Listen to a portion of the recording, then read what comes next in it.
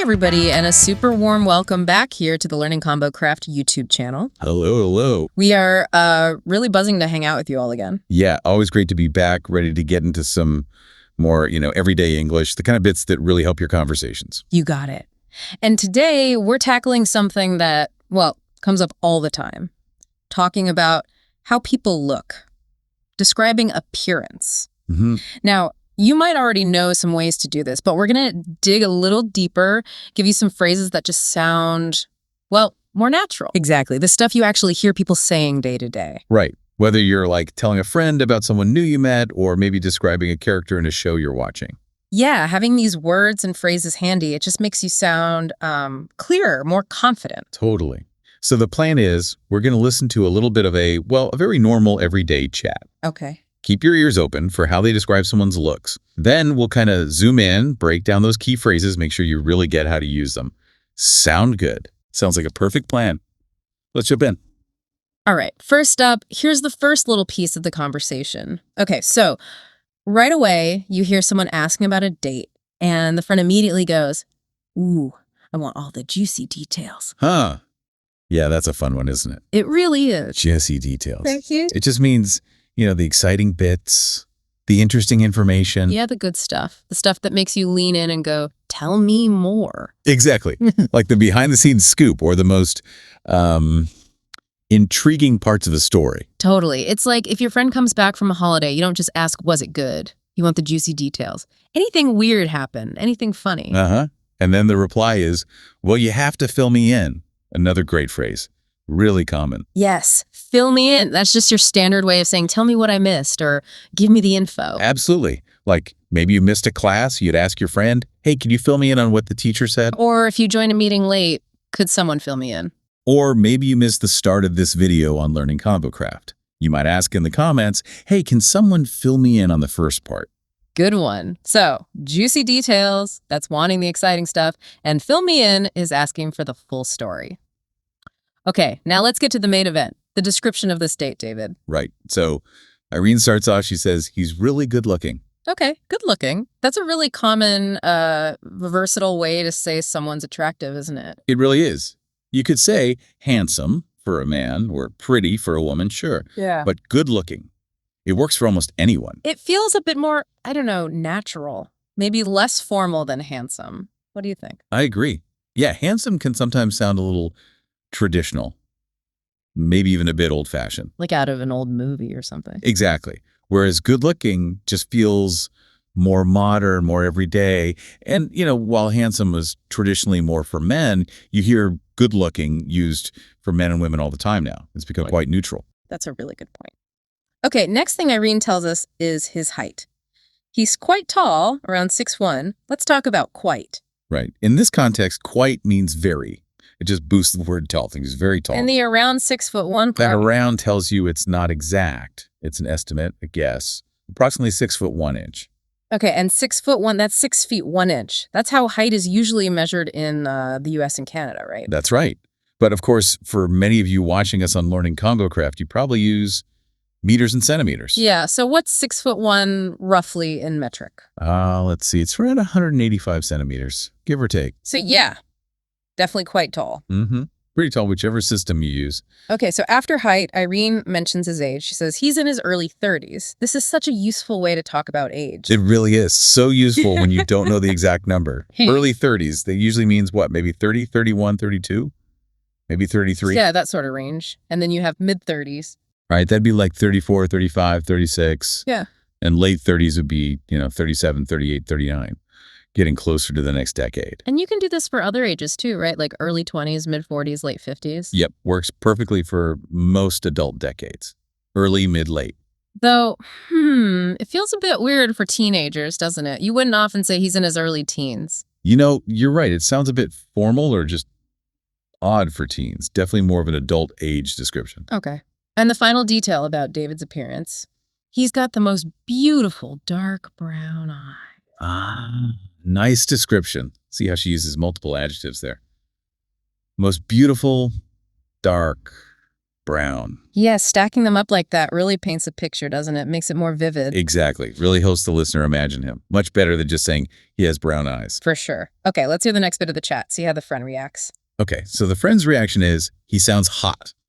Right. Hot. Now, that's a word you hear a lot. Yeah, but it's got a bit of a kick to it. Good to know how to use it properly. Definitely. Hot is very informal slang for attractive or sexy. Works for men or women. But, and this is important, it is very informal. Right. Like, you probably wouldn't say it directly to someone you just met. Wow, you're hot. No, that could be seen as kind of rude, or at least too forward. Might raise some eyebrows. Yeah, it's more the kind of thing you'd say to your friends when you're talking about someone else. Like, did you see that actor? He's so hot. Exactly. It implies a strong physical attraction, sometimes maybe even a bit superficial, depending on the context. So yeah, use it carefully. Good to understand. Maybe save it for chats with your buddies. Got it. Okay, then the friend asks a very normal question. What does he do for a living? A standard way to ask about someone's job. Polite, common. And Irene's answer is quite specific. Yeah, she says, you know what? This is the best part. David is a junior investment banker at Fortune Bank. Okay, junior investment banker. So that tells us his role. Exactly. Yeah. Junior suggests it's more of an entry-level or early career position in finance at a specific place, Fortune Bank. And then she says, so he's got a great career path ahead of him. Let's unpack career path. Okay, a career path. Yeah. Well, it's like the journey or the plan for someone's working life over time. The progression. Yeah, the different jobs, the steps they might take, the experience they gain to move up in their field. It's like a roadmap for their profession. So starting as a junior investment banker is like the first step on his map. Pretty much.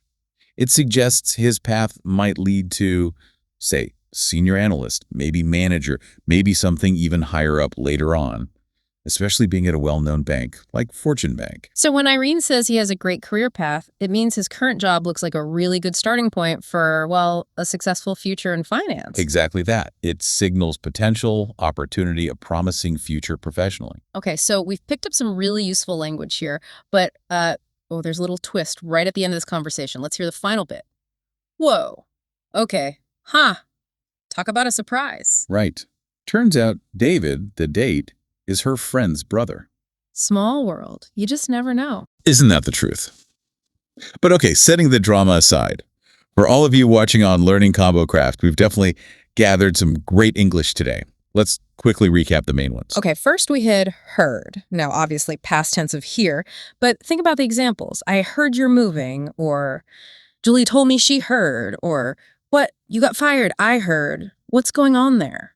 Well, the interesting thing about heard in these cases is it often signals secondhand information, something you were told by someone else. Like a rumor, maybe? Or just gossip. Could be, or just news floating around. It might be true, it might not be. You're just saying how you learn the information. You're not necessarily confirming it as solid fact. Right, you're sort of distancing yourself slightly from the info. Okay, next up, fill me in. We talked about this earlier. Yep.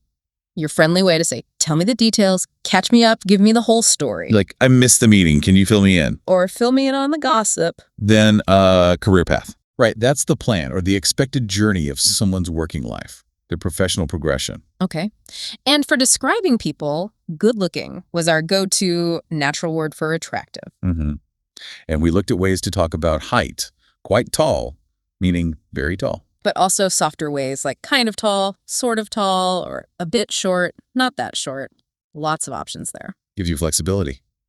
And for age, remember the early mid-late trick for decades. In his early 30s, in her late 40s. Super useful for estimating. And finally, hot. Yeah, very informal for attractive or sexy. Remember the warning use with care, mostly with friends. Definitely. Okay, now it's over to you. Time to practice. We really want you to try using these phrases. Yeah, think about someone you know. A friend, boyfriend, girlfriend, family member, maybe even yourself. How would you describe them? Try using some of this vocabulary. Think about their height. Are they quite tall, kind of short? What about age? Can you use that early mid-late structure? Maybe they're in the mid-20s, early 60s. And what about their features? Do they have, I don't know, amazing green eyes? Or a really friendly smile? Use those adjectives. And please, share your descriptions or any questions you still have down in the comments section below this video, right here on the Learning ConvoCraft channel. Yeah, we'd absolutely love to see what you come up with. We'll be keeping an eye out, answering questions, maybe giving a little feedback. Definitely. Practicing and asking questions is how you learn best, so don't be shy.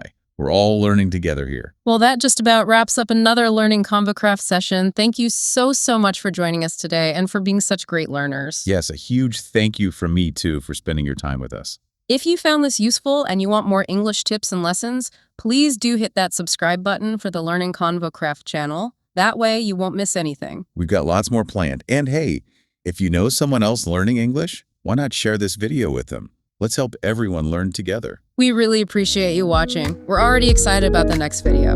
Until then, Take care, keep practicing, and happy learning. bye everyone. Goodbye for now.